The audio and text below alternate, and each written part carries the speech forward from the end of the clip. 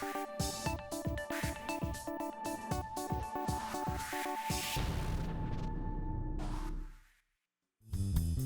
views and opinions expressed in this program are those of the participants and do not necessarily reflect the views of BronxNet or the program underwriters. Hey guys, I'm Em, also known as the Hungry Dominican, and I'm your host for Foodie Down Bronx, where we'll catch up with artists, entrepreneurs, and foodies who make a part of the incredible and ever-growing Bronx food scene. So if you like to eat, get your appetites ready, and stay tuned. From BronxNet to the world, this is Foodie Down Bronx.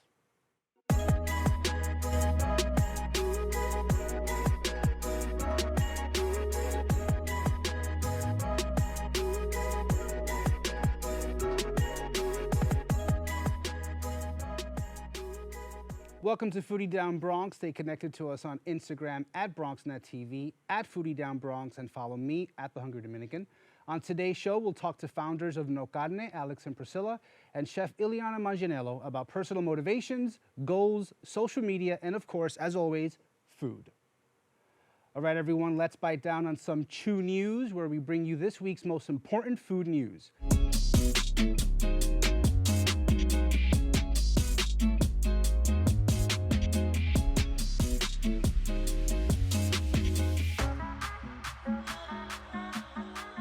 Located in the Arcadia Mall in Flushing, Queens, is a dumpling lover's dream that goes by the aptly named Dumpling Galaxy, serving over 100 dumplings, including a see-through dessert dumpling, classic pan-fried dumplings, and a must-try duck and mushroom dumpling. This must-visit NYC spot is the brainchild of Bronx resident, owner, and chef Helen Yu. It's literally impossible to leave here unhappy if you're just out there living your best dumpling life. My last trip to Dumpling Galaxy took place when I had a small but very important supporting role in a video featured on Insider.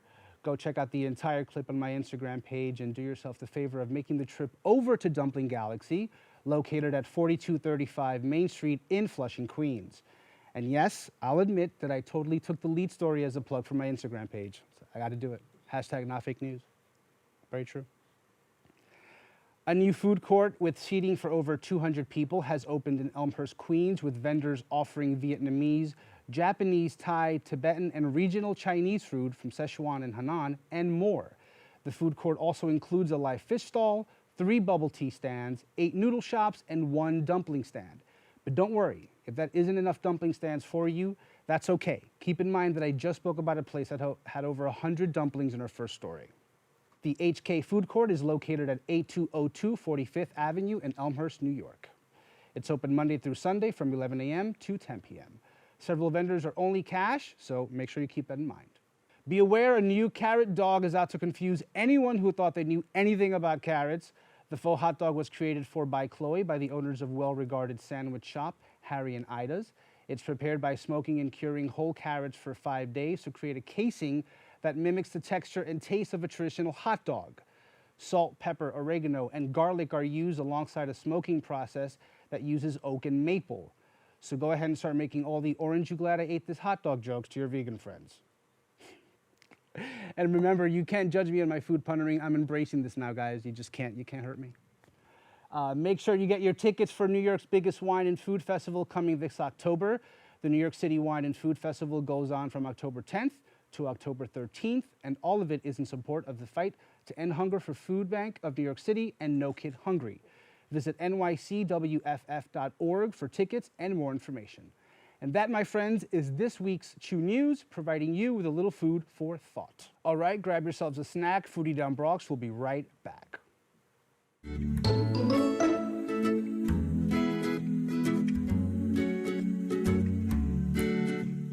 We are at Amelia's Restaurant, located in Little Italy in the Bronx on Arthur Avenue. My dad and his partner started it about 20 years ago. And I love to be on Arthur Avenue because it's the place where I can really cook the way I want. My dad is from Palermo, and our menu consists mostly of Southern Italian cooking. We have a beautiful dish we call pescatore that is made with shrimps. We have mussels, we have clams, and it gives a nice flavor to the sauce. It's a good condiment for the linguine that we use. We make our manicotti, we make our own gnocchi like the old days by hand. I think people feel very comfortable because we tend to make them feel at home. I think that the patio is unique to the area. We have a nice waterfall, nice relaxing. It's kind of like a little haven in the middle of the Bronx. People come in and they're like, wow, this is kind of cool. Where did this come from? The community is just a fun place to be. There's always something going on. If you come at Christmas time, there's lines to get into the stores because people are buying their meat, they're getting their food, they're gathering with family and friends to celebrate the holidays. If you come in the summer, there's usually feasts going on. What makes Amelia unique is the neighborhood. We're in an area where we buy everything fresh every day. We can buy the meat, we can buy the fish, we can buy the vegetable every day because we have everything within reach. People keep coming back, love the food. Arthur Avenue is a good place and we're here to stay. Salud!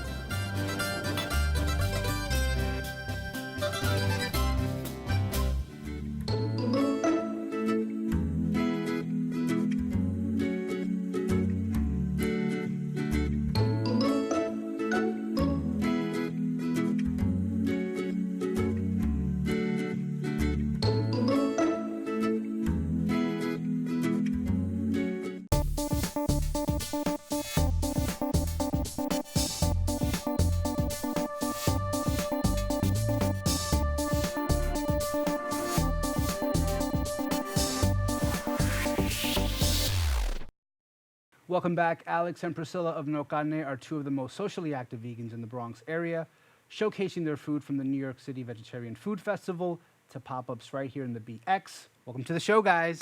Thanks for having us. Thank you for having us. Thank you so much for being here. So we met in April when you guys were part of the Foodie Down Bronx panel. Priscilla, you were too nervous to be on stage, but Alex, you took the reins. But I really appreciate you guys being there and being supportive. I think it was a pretty awesome night overall. Absolutely, yeah. It gave you guys a chance to speak more about your platform and your initiatives as vegans. And I'll admit that before I connected with you guys, I didn't know too much about the vegan community here in the Bronx. And I think you sort of really enlightened me into what's really happening in the borough. So can you tell me everything about No Carne? Cool, yeah. So with No Carne Lifestyle, we originally started in 2017. And that was an initiative to help raise awareness of the vegan lifestyle, food, all the way to the clothing aspect of it and the environmental aspects of going vegan. And we recently launched No Carne Bodega this year in February. And that was more to bring vegan food and food products more accessible in the Bronx and communities in need, underserved communities. And we try to change the narrative because a lot of people think eating vegan is expensive or is just, it's not enjoyable. They think it's mainly salads or just vegetables. So we try to change it up and try to veganize common dishes that people are used to having already. Right. And were both of you guys vegans for a long time before No Carne started, or was it around the same time that it started? For us, our veganism has been like a long journey for us. First, we started vegetarian I would say we were vegetarian for like 6 years. And then 2.5 years ago, I think we're going on like 3 now. So 2.5, 3 years ago, we decided to go fully vegan. Yeah. So did you guys sort of had a slow roll to it, or you just jumped into veganism? So you guys must know that I'm doing my whole vegan summer thing, but absolutely. I jumped into it, Yeah. which is not advisable. I commend you right? for that, though. Yeah. Thank you. Yeah. I'm really struggling. But were you guys maybe vegetarian before, and then you went to veganism? Yeah. So you guys were both vegetarian? Yeah. Absolutely. So we were vegetarian for 6 years. For me, it started mainly for my health. Mm-hmm. I started cutting out certain things. It started with first red meat, then chicken, and then fish. And then I kind of just stood there for a while, for 6 years. And then about 2.5 years ago, I learned about the other aspects, the environmental aspects, animal cruelty. And I was like, I'm so close. Let me just cut out dairy. So I just cut out dairy, found some good replacements. I was like, you know what? I could do this. Right. Yeah. It doesn't, it's honestly, I can't speak for how the true vegan lifestyle is, but I haven't found it that difficult to find alternatives. Right. It's actually really fun to sort of see what I can come up with and stuff. Yeah. But I guess, how do you guys, I need to know this, how do you fight the cravings for having something that isn't vegan? Or is it to the point that you guys have done this for so Exactly. long That you don't even have the That's cravings exactly anymore, it. right? There's no more cravings anymore. It's been actually several years, probably 4 or 5 years that I haven't been interested. We both haven't been interested in it at all. Yeah. You So you can guys, have like- whatever you want in front of us. We're just like, no, we're You good. guys don't miss like chicharrón. None of that? Oh, you know what? That's a bad question. That's true. Yeah, Yeah. the cravings, they do go away. In the beginning, it's like you think about it and then you see it and you're around people that are eating it, so you kind of like, oh, I miss it. But then after a while, you don't even see it as food anymore. Yeah. So you guys as a couple came together and decided to do this journey together to Yeah. sort Yeah. of support each other.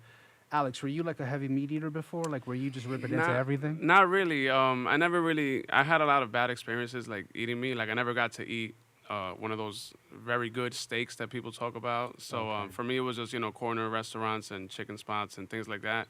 So it was just, for me, it was easy to give it up. And I never really cared too much of it. I'm one of those people that it's not like heavily into food. Well, back then, I wasn't really into it. I would just eat because, I need to eat 3 You needed meals your a day. sustenance and your energy. Right, but now, ever since I went vegetarian, then vegan, now that I like avocado, now that I like maduros, I'm like really getting into food now. You see that like your palate changes, right? Exactly, His yeah. palate has expanded so much. And you're like, damn. Yeah. right? Like, this is amazing now. Now he it was knows like, about yeah, food. before it was like rice, beans, and chicken. Yeah. Rice, beans, and chicken. Claro que sí, Yeah. what's wrong with that, right? I mean, Uh-huh. for me, it's Yeah. like, that's perfect. Now we have a little bit of everything every Yeah. day, yeah. Right. So you have the palate change. You definitely feel better, right? That's one thing Absolutely. that I can say for sure. For me, it's like doing this. Even though like I'm about 2 weeks away from wrapping everything up, and the Okay. cravings are real right now. Like because I see the finish line, and I'm just Yeah. like, oh man, ese se ve tan bueno, right? But it's like for me, I can't deny the fact that I feel amazing, Right. especially because I've cut out dairy. Yeah. Yeah. The dairy thing is like that to me is like. I think when I go back to being an omnivore, dairy is going to be something the intake decreases. Right, You know, at the panel, you had mentioned a term that I loved that I have been telling everybody about. Flexitarian. Flexitarian. Can you yes. explain that to me? Because I feel like that's exactly what I'm going to end up being That's going good, yeah, forward. that's a So good what is a thing. flexitarian? Flexitarian is defined as someone who predominantly eats a plant-based diet, but occasionally has meat or fish. So a lot of people do the Meatless Monday challenge, Yes. but that'll be only one day where they don't eat meat or dairy products. This is kind of the opposite of that, where you kind of just predominantly eat meat, vegetable, and plant-based food throughout your week. Maybe squeeze in a little dairy, a little meat or fish throughout the week. Yeah. Right. So when it comes to being a flexitarian, I mean, I guess what would you guys say? Like skip the red meat and just stick with like the chicken, Yeah. or stick with the fish? We would always recommend avoiding red meat, not only because it's not good for your health, but also is terrible for the environment. Yeah. Can you explain that to me? How exactly is red meat terrible for the environment? Well, I'll go ahead and say that from what we've learned, the research that we've done, is something about the methane that cows put out, and also the fact that to raise cattle, you end up using a lot more land mass than you would for the same amount of nutritional value in plants. So I forget the ratio, but yeah, it's a big difference. There's exponentially more land used for raising cattle, and what happens is, eventually you run out of land and you start cutting down trees Right. to make space just for raising cows because people want to eat so much beef. So I see. yeah, I like, see. we like to say, as vegans, we would love everyone to go vegan, but at least if you reduce your meat consumption, Right. Right. Everything helps. Yeah. it will make I a feel big like every impact. little, of course, every little step helps, right? Right. And so you mentioned, Priscilla, that when you were going through all of this, you became more conscious about the environmental effects and stuff. So you guys are like, because I was reading about how some veganism is broken down into like chapters, like you're this type of Okay. vegan, you're that type Yeah. of vegan. So you guys are like sort of like you're vegan, like Yeah, you're all like the way. capital V, right, with Yeah. the green V and everything. Yeah. You guys don't, of course, needless to say, you don't do the fur, you don't None of do. that stuff. You No try to be very leather, conscious about the products you buy, clothing wise. Yeah. And Artificial leather, things like that. Yeah. Right, right. And that is that coming from the culture that we come from. What's the response you guys have gotten? Well, know? go first. Family? Family, and even when you go out to a restaurant, like Yeah. and you say, I can't have this, I can't have that. What's the response you guys have gotten? I mean, we just got back from the Dominican Republic last week, and over there, people were like shocked. Like when we would go out to eat, like, you don't want meat? No quieren carne. Like, Yeah. what are you gonna Yeah. eat? And we're like, we can eat everything that's around it, just Everything not else, the yeah. meat. Everything Right. else, all the veggies over there, they always have plátanos. There's always avocado. So we ate pretty good, but everybody was just shocked. Like, Yeah. are you guys okay? Are you full? Yeah, right. Do you need a second helping Yeah. of what you just had because you missed everything out? And we were also a little surprised too, because some people knew, because people were like, oh, you mean vegetarian? Like, I'm like, oh, somos veganos. They're like, no, you mean vegetarian. No, Right, no, right. vegan. It's a little different. Right. They were like trying to convince you were Yeah, vegetarian. yeah. Right. Yeah, but we also found a lot of vegan products out there. We found Follow Your Heart cheese. We found some of the chips and stuff that we have. So, like, DR is getting up there.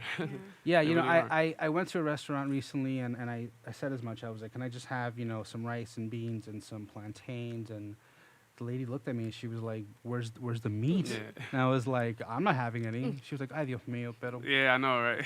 You know, like her heart broke. And I'm just Yeah. like, no, you don't understand. I'm vegan. And she Yeah. was like, I'm not importa. I just, you know, it's like. All right, guys, grab yourselves a snack. Foodie Down Bronx will be right back.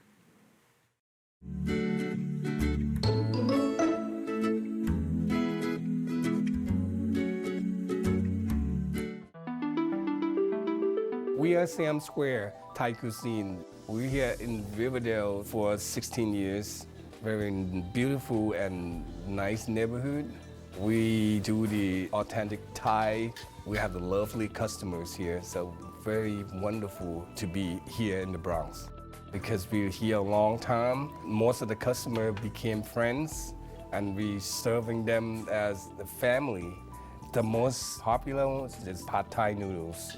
Stir-fried pad Thai noodles, shrimp or chicken. In one order, at least we have pad Thai noodles. And we have duck, Penang curry, spicy, very fine food. People love it. We have grilled chicken or frank steak in Thai style. We call tiger fries, which is very tender and tasty that you cannot miss it. And the pineapple fried rice, that's the wonderful dish that people always ask for. With the fried rice that we stir fry with Thai style and then pineapples. And we have somtam salad, which is with the raw green papaya salad and with the lime vinaigrette, which is very healthy, and then that's the one most popular vegetarian dish. On Wednesday, we have free wine night. We have a lot of crowd here on Wednesday. They're having a good time. The decorations here, we make the Thai atmosphere.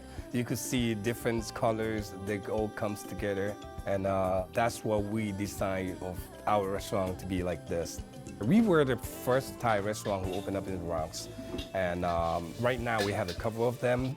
And we're still like Thai authentic, which is we make very spicy as you like. And we also have the dish that's non-spicy.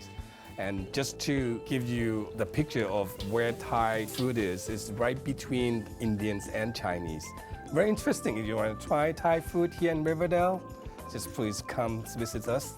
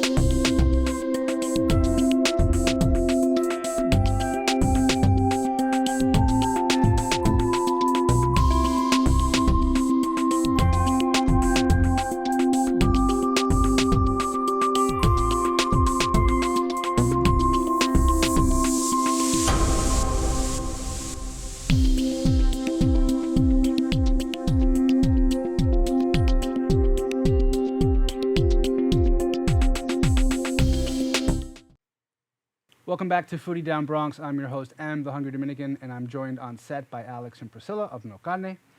Guys, so I wanted to talk about the pop-ups you guys do here in the Bronx and some other spots in the city. And along with that, you bring some items from your bodega, right? Your No Carne bodega. Can you tell me about some of the things you guys offer on your site and when you do your pop-ups?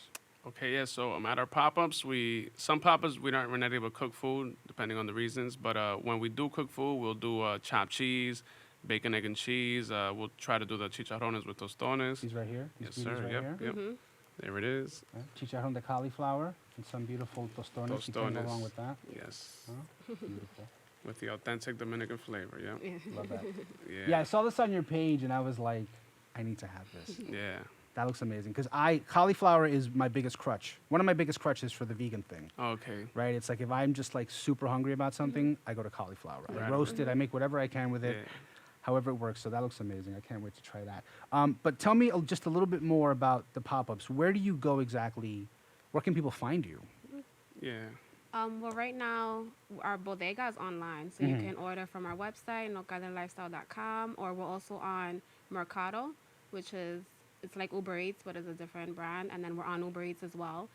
So as far as our grocery items, you can find that on all three platforms. As far as our cooked food, we're having on Ubereats right now and on Mercado. Cooked food is going to be available, well, it is available Tuesday, Wednesday, and Yes. Thursdays right now, and then we do pop-ups as well throughout the city. So for the pop-ups, we usually announce that if we're able to cook, then we cook on site. All our bodega classics, which are the chopped cheese, the bacon, egg, and cheese. We do the vegan chimi as well, and then we do the tostones and the chicharrón de cauliflower. Do you guys have a bestseller? One that like people like either like DM Definitely. you or email you about like you guys I would need say to the have this? chopped cheese. I would say right? the chopped The cheese. chopped cheese, yeah, right? the chopped cheese. It's definitely a bodega classic. Yeah. No kind Yeah. of bodega. Yeah. Everybody's interested in trying it. Yeah. Absolutely. Yeah. I haven't had a vegan chopped cheese yet, but I'm curious to see how that's Very soon, yeah. We need to change that. Yeah, for sure. Absolutely. So you mentioned Uber Eats. You guys just started Yeah. on Uber Eats, right? Just yesterday, Monday, we just started that. Congrats and, on that. Thank you. awesome. Appreciate Thank it. you. So we're available on Uber Eats and Mercado and on our website 7 days a week from 9 a.m. to 2 a.m. because we try to stay open to provide vegan options late night because that's usually a problem. You can't find any vegan food at night. That's so true. Yeah, the only difference is that the food itself is only available Tuesday, Wednesday, and Thursday because of our the situation with our permit. So that's how we're Right. able to work right now. Okay, gotcha. Yeah. So I'm gonna have a little bit of your food here because, Go for it, like I let said, me- Go for I it. have the- bookmarked this Get the lime on it. This There's picture some of, sauce over here. the chicharrón de cauliflower. I mean, I make a huge mess of myself. You know, I got people watching. But this looks amazing. Mm-hmm. There it is. Wow. Got a little ketchup mayo sauce right here if you're interested. Un momentico, por favor. This is too good right now. Could you recommend anything for people to make at home when it comes to vegan eats, like getting creative with what you have at home? That's a big reason why we wanted to start as a bodega, because our thing is not just come and buy the food from us. We want you to cook the food at home. So that's why we sell all the vegan products as far as the meat alternatives, the cheese alternatives, the egg alternatives, and we try to keep it at an affordable rate. So that way you can go home and try to recreate the foods that you're used to eating Yeah. and just the vegan version of it. And the cool thing is that a lot of times people will come to the pop-ups and try the food for the first time because we try to do pop-ups that aren't all vegan. So like that we get the vegan curious crowd. Right. They get to try it out and then they go ahead and order from us and make it at home. Have you guys noticed this change in your clientele? Like, do you have a lot of meat eaters that reach out to you that are sort of exploring their options and kind of want to, back off a little bit? Or is your clientele mostly people who've been vegetarian or vegan? I would say a mix of both, right? Yeah, we got a mix of both, but Yeah. it's always nice when you get the big meat eaters, complimenting the burgers or the chopped cheese, and they're like, "Oh wow, this meat is so good. Where can Yeah. I buy it?" Yeah. Yeah, I found that between like the Beyond Meat burgers and the Impossible burgers, it's definitely, and I always say this, it's not as hard as people think. Right. I think that because I sometimes I do extremes, I just jumped into it and I was like, okay, I'm just gonna from day one, I'm just in this, right? And it's been fine, and I can continue this, but for me, the fish alternatives are not as great as I wish they Right. were. I agree. Yeah. That's the thing that kind of kills me, because Yeah. if they were there, like if they were just on point, I think I'd just continue this. Right. Yeah. You know what I'm saying? Is there, in like real talk, is there that thing where you don't get the full experience on a vegan diet Go when for you're, it. I see you right kind of I making a agree- dish? Yeah, Like I what- agree with you. I would say seafood. Right. Seafood. Yeah, like seafood, I haven't found a really good alternative. I've tasted a few and they've been good, but I wouldn't compare because I was big on seafood back in the day. So comparing it is not there yet. Yeah. But I'm sure eventually somebody will I know create that. it. Yeah. I know that. Like the Beyond Meat Yeah. is sort of working on some fish products, but you know, okay, yeah. it's Okay, like I didn't know right that. now it's like not there. But tell me a little bit more about the products you have in your bodega, because I see some across the way, and I want to make sure everyone knows what you offer when it comes to snacks and some other products. So just when you think of a bodega, you think potato chips, candies, things of that nature. So we have hippies, which are they're what's Chickpea? chickpea snacks, which is just like cheese puffs, just like that. We have potato chips, just the Kettle brand. Unreal, which is kind of like it's a chocolate, but it's kind of like Reese's or like M&Ms. And what else do we have? We have smart sweets. They're kind of like fishies. You know, in the bodega Oh, when the you go get the sweetest fish? quarter fishies. Yes, Yeah, yes, the yes, sweetest yes. fish. Yeah, we have those, and We have a bunch of stuff that you might not that we Yeah. didn't bring with us today. we brought mainly like the snacks and the candies, but we also sell on the bodega. We sell the actual like cheeses, and you can buy. You Yeah. can do like a grocery. You can go grocery shopping. Yeah. No kind of bodega. So the yeah. same bacon and cheese that we make, you can buy Yeah. the bacon from us, you can buy the cheese, you can That's buy awesome. the egg, all that stuff. And we also have cereal, everything, even ice cream. Yeah, we Yeah. sell Van Leeuwen ice cream, Yes. and we have So, So good. Delicious. Yeah. It's so good. I that was also. I mean, I have a lot of crutches this summer. That was one of my crutches. Yeah. It's like, what am I gonna get? You know, even though my sweet tooth isn't like as much as it used to be now that I cut off so much. When I do get a craving for something sweet, I usually have that ice cream or just like a coconut-based ice cream. Right. You know, just in general. So before we wrap up, I wanted to know, because what you guys are doing is, you know, it takes a lot of energy, manpower to get this whole operation going. What are the next steps for No Carne? What's you know, are we going for a physical space? Are we going for a physical space and other things? What's the sort of, there's really no end goal when it comes to your business, I think. I think you just sort of evolve and you keep Right, going. that's but kind of how it works. Right? what do you, Yeah. what's the road that you guys are taking? Well, for now, we're trying to focus on Ubereats and our delivery platform, online grocery, and all that type of stuff. As we grow, and towards the end of this year, we're going to see if we start planning to open up a location in 2020, if all goes well. And that'll be our first location, and we're absolutely going to start that here in the Bronx. But if we do expand and do other locations eventually, it'll still be in underserved communities. We'll go to Washington Heights next, and we'll keep exploring throughout the other boroughs. That's what we'll do. So that's important to you guys, to bring this initiative to those communities where usually they don't get that much exposure. Right. Absolutely. Because you have like the whole like Not 62 initiative in the Bronx, Exactly, and yeah. how the Bronx is like supposedly the unhealthiest country. I say supposedly because I think the narrative Yeah. is a little bit skewed. Yeah. Yeah, like You who's know? doing that math? or Yeah, whatnot. like who's the one really, you know, I mean, yes, you could say the facts are there, but I think that there's a lot of things that those facts, supposed facts, are overlooking Right. when yeah. it comes to the healthy options in the borough. Which I got to say, you guys are really changing up the game. And like, again, I didn't realize the extent to the vegan community in the Bronx until I met you guys. So I think what you guys do is amazing. Thank you. I think you should keep at it. I mean, of course you're going to keep at it. I mean, this thing is going well for you guys, right? Appreciate The that, reception's yeah. been amazing. Yeah, everyone's Yeah. loving it. Yeah. Everyone's loving it. So where are you guys going to be next? Where can people find you next? Pop-ups? We What's- have a pop-up on August 3rd. It's Roofless NYC's over here in the Bronx.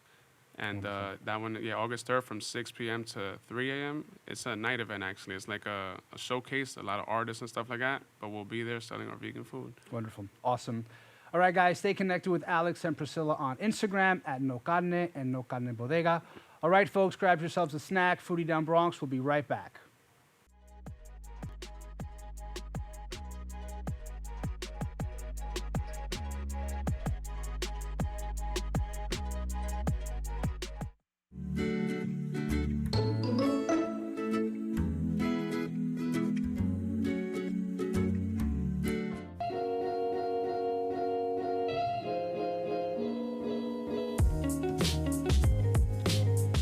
My Haven Bar and Grill was opened in November 18, 2013, and now we'll have 4 years of being the sole owner of My Haven. My Haven is kind of like the Cheers of the Bronx, where I like my customers to feel welcome the moment they walk into the door, and the moment when they leave, I make sure they say hi and bye all the time. Once a month we have comedy night, we have game night, karaoke every Friday. We also have open mic the first Saturday of every month. Outside of that, we also have the back room that they could do private events, catering, meetings, etc. My menu is pretty unique. It's very versatile. You could find anything from burgers, pasta, flatbread, schnitzel, which is just chicken breast with mashed potatoes, and what we call Israeli salad. Our most popular dish in the salad will be the sesame tuna salad. We're very flexible. If there's something there that you want, we'll do our best to make it happen. We have one specific artist. His name is Jeff. He usually does the rotation of the artwork. He is a community resident. He lives across the street, and he comes in almost every day. And he has sold a few pieces by them being here. And so far, he's been my only artist. I would like for everyone to come on out to my Haven Bar and Grill at 1 Bruckner Boulevard and try us out.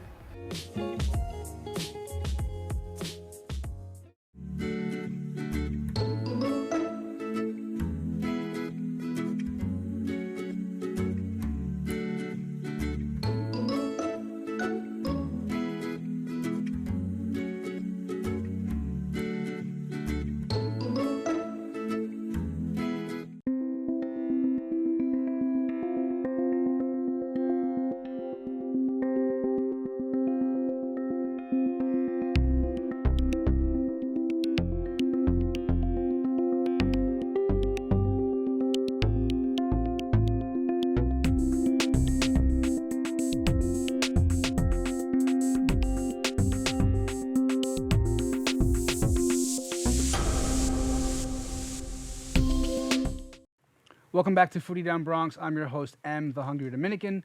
Our next guest is someone who I had the pleasure of meeting back in May at the Port Morris School Career Day, where she was no doubt teaching the children there about the importance of healthy nutrition. Welcome to the show, Chef Iliana Manganiello. Thank you for being here. Thank you for having me. I gotta say, I love saying your name, and I have to say it this way all the time, right? Totally It's so epic. Iliana Manganiello, right? It's like you were like sort of like. Not a lot of people put that much oomph into it. It sounds like you were like literally born a chef, right? With that. Thanks to my husband, I guess. Fabulous name. Yeah, at first I was like, wait a minute, the 2 flags on her Instagram account, they don't No. look like a Manganiello to me. So, but thank you for being here. Thank you for having me. So excited to be here. I'm so excited to have you here. I mean, I'm excited to be here all the time, but I'm Yeah, excited to have I'm you. sure. So I noticed your account a little while ago. I had mentioned this to you before. I had wanted you on the Foodie Down Bronx panel, but by the time that we had everyone say yes, there were so many people that had said yes that I was like, no one's going to get their time to shine. Right. And so I never got, to reach out to you. But then we sort of bump into each other about a month later at the Port Morris School where we had this career day. And I walked into this room and I recognized you right away. And I was like, I know that's her. Yeah. And then, we're here now, and thankfully we connected. So I want you to tell me about your Instagram page, what it is that you do, and also I realize that you are in the Throgs Neck area. I am. Which is my old hood. Yes. So can you tell me more about, I also want to point out the fact that you are a wellness educator as well.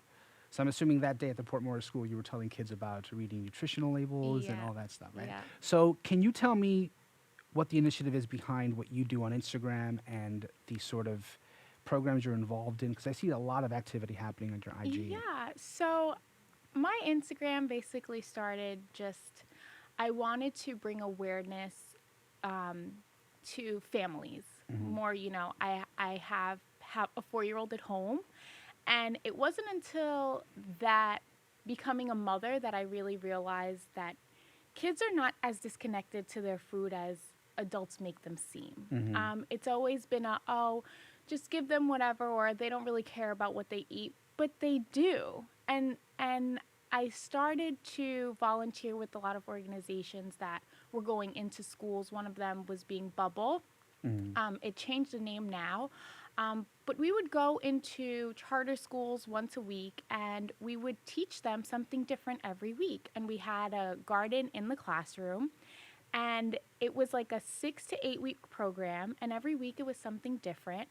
And they would remember everything. And they were kindergarteners up to 1st, 2nd grade. And I'm like, oh my goodness, they really know what they're talking about, Right. and they remember it, they retain it, they know what they like, they know what they don't like. And one of the biggest things I realized going to Bronx schools is that they're not exposed to things.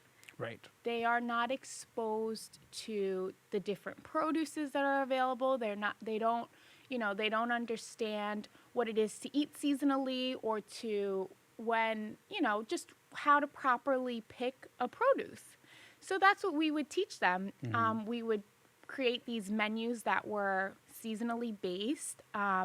We would grow herbs and fruits that they can grow in their classroom with just a little heat lamp.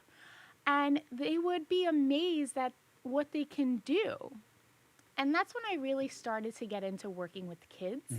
And it was really it became a passion of mine because they are so passionate about it and they love it. And when they take it home and they would tell me, oh, I told my mommy I tried this, she'd be like, what's that? Right. And then I realized that it starts at home. It's a whole, it's not just the kids, because if they're going home and their parents aren't remembering or knowing, then it's a whole community-based thing. Right. It starts at home. So then I started my Instagram, and that's when I started just kind of giving food facts and recipes and showing what I would make for my 4-year-old and show them that they do enjoy it. It's not just a chicken fingers, grilled cheese, pizza type of diet that you should be giving your children. I agree. I don't even have kids, but I've noticed that with certain kids in my family, and most families, I think it's like people opt for the quick meal, right? Just because their kid is hungry or whomever, so they're just like, here, eat this, and it always reverts to like really the worst of the worst, right? I mean, if you just look at kids' menus, every kid's menu in a restaurant is either pizza, chicken fingers, French fries, pasta. Right, which I am completely guilty of loving, right?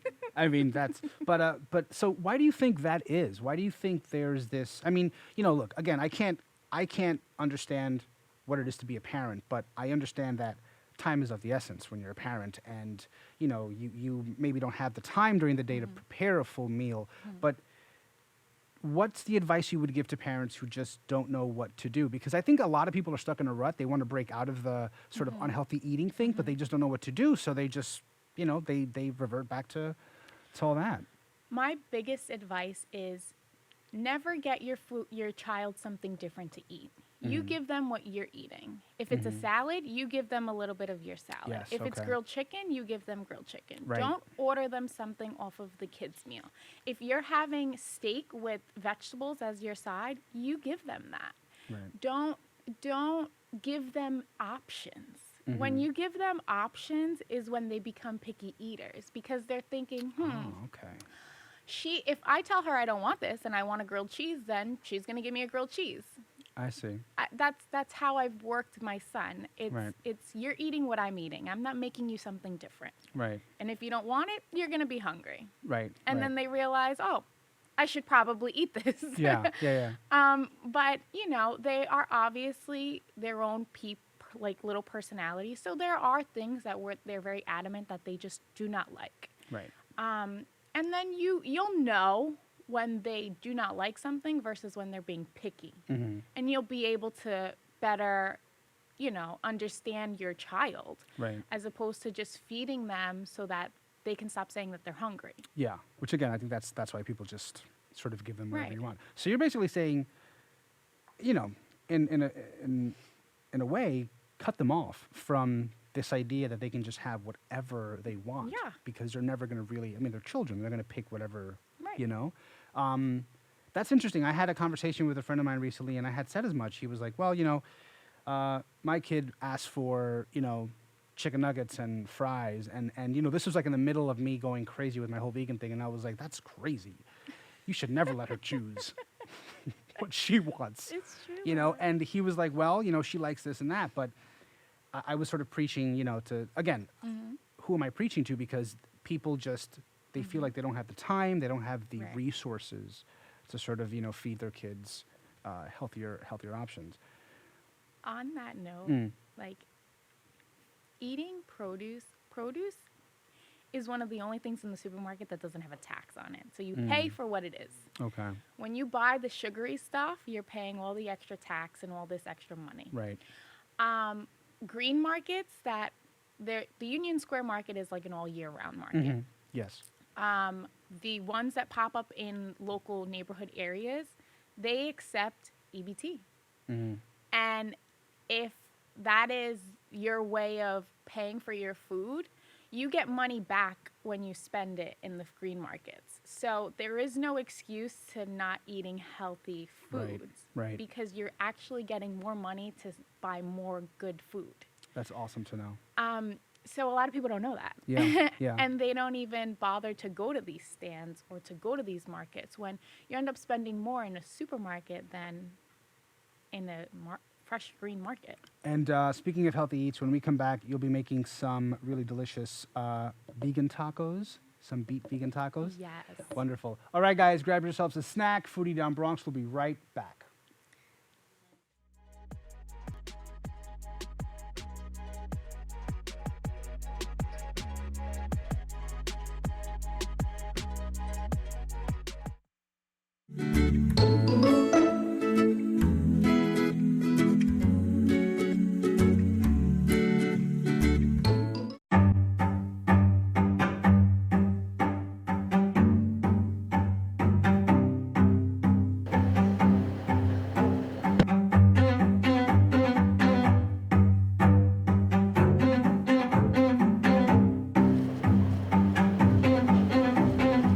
City is an Asian fusion restaurant in the South Bronx.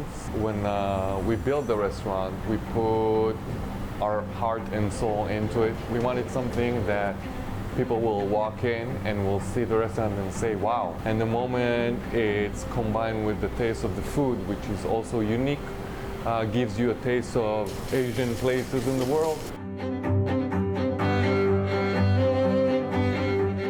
Our staple here is the tuna bruschetta. It's amazing. People rave about it. It's what a lot of people come here for. They're like, somebody told me to try something that comes on this crispy rice. It's amazing. It's crispy rice, guacamole, spicy tuna, ingredients that people really, really love. Our goal here is not just to make amazing food or nice decor or be nice. It's the whole thing. I want people to experience something that they've never experienced anywhere in the world. Good service, good food, and that it looks decent and nice. And when they're happy, it's for me like I just had an amazing epiphany. So it's the 4th year that we participate in this, and we're very, very happy to do it because for us it's giving back to the community that supported us since day one.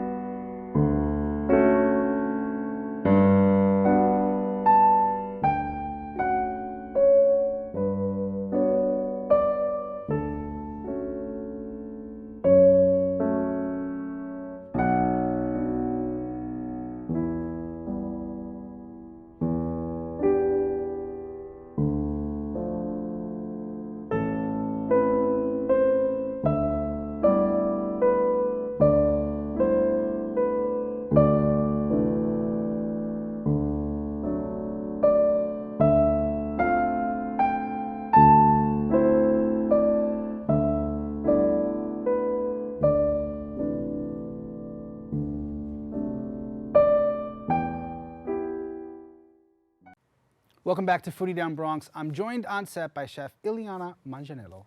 We're about to go in on some good vegan eats. All right, Chef, what you got for us?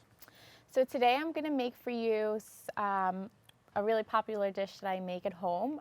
It's a vegan beet taco. So I make the tortillas myself. They are red, so they're beet infused. I was not expecting that. Okay. Yeah, so inside our taco filling is going to be some sauteed oyster mushrooms and some crispy potatoes. Then we have a fresh pico de gallo with some spring mix and we're going to make a cilantro avocado sauce. Yes. Delicious, delicious, delicious, delicious, delicious. Okay, beautiful. Yes, so I'm just heating up my tortillas right now. They're really easy to make, so if you make your tortillas at home, it's just masa harina with some water.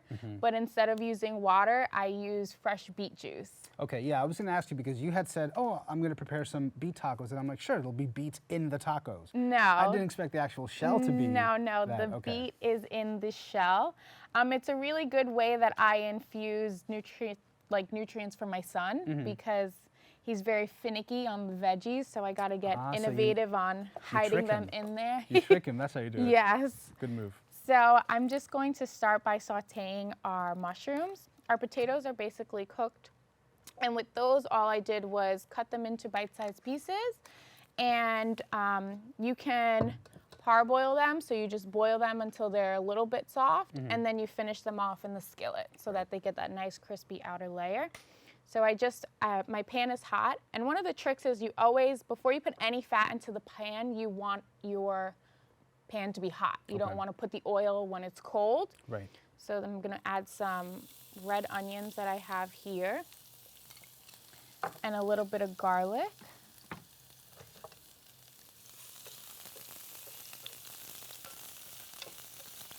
Smells good already. Yeah, I'm gonna save my garlic because another misconception is people throw their garlic in first when they throw in their onions, but if you enjoy the garlic flavor, you don't want it to get lost in everything else, so you add it at the end. Okay, got it.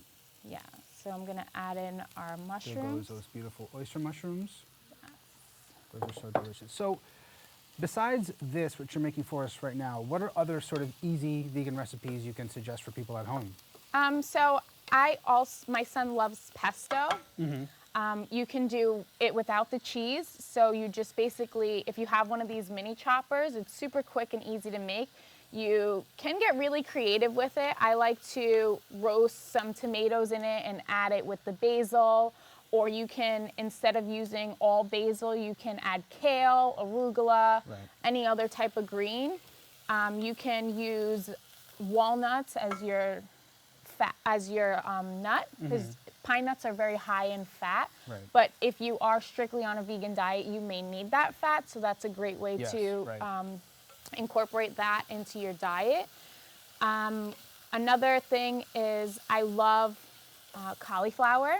Love it. So I would make, my husband is big on like Chino food sesame chicken. Yes. But I make that with cauliflower. Right. So I just basically red the cauliflower. I'll toss them in a little bit of breadcrumbs so that they have like a crunchy outside. Right. And I'll pan fry them, and I'll just make the glaze like I would for chicken. Soy sauce, ginger, fresh garlic. And then you just cook it down and create a really nice thick sauce, and you throw some sesames over it. How about for like any desserts? Because I see a couple of cakes on your Instagram. I'm wondering if you have any sort of like healthy alternatives for cakes or for anything for, you know, the sweet tooth. So I make a really good chocolate cake. To omit the egg, you would use applesauce. Oh, wow. That adds a really nice fluffiness to the cake. And you can use, what's the other alternative I've used? Another great recipe is, I'm trying to think. I'm stuck on applesauce. I'm like, how does yeah, that even the applesauce work into really the equation? It's a really good egg substitute when baking. Really? Yeah. In general? In general, yeah. Oh, wow. So, and if you don't want to use, another good thing to make a rich chocolate cake is canned coconut milk, because it adds that nice fat and that thickness that like a heavy cream or like a sour cream would give to the chocolate. Right. You can add that to it.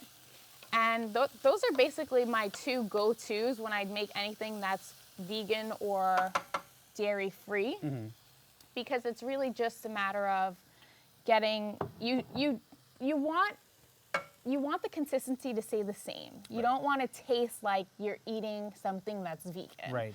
You know, you don't want it to be flavorless. Right.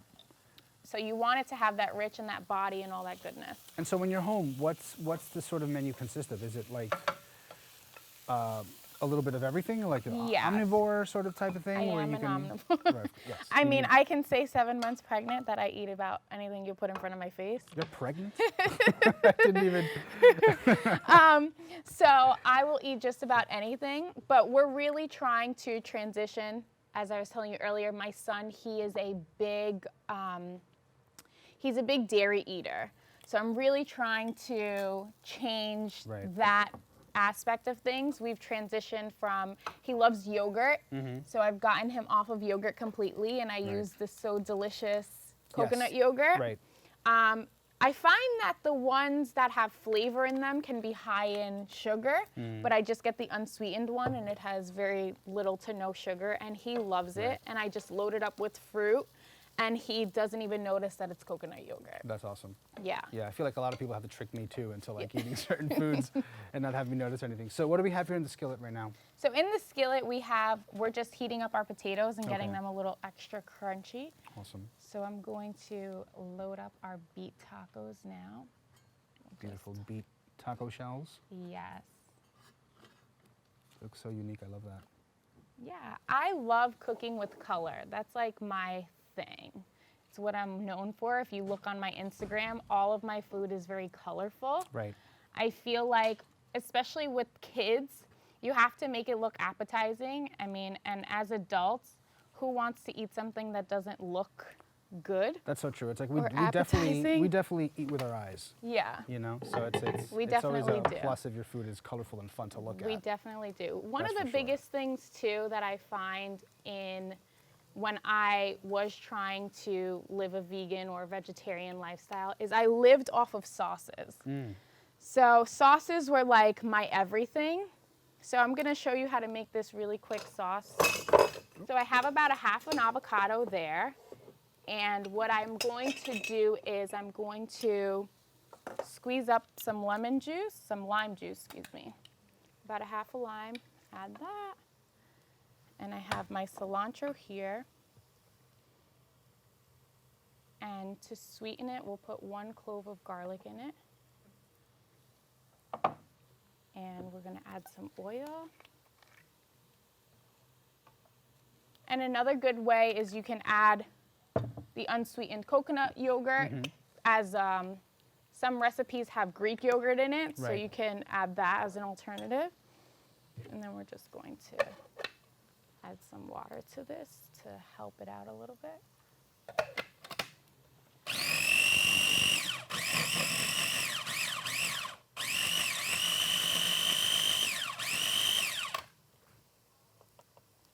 And you end up with like a really nice thick sauce. Looks awesome.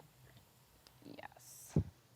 Beautiful. So I'm just going to plate everything really quickly so that you can try it all together. I'm excited. This is definitely my first beet taco. Yeah, I hope you enjoy it. Oh, I'm sure Add I some will. potatoes.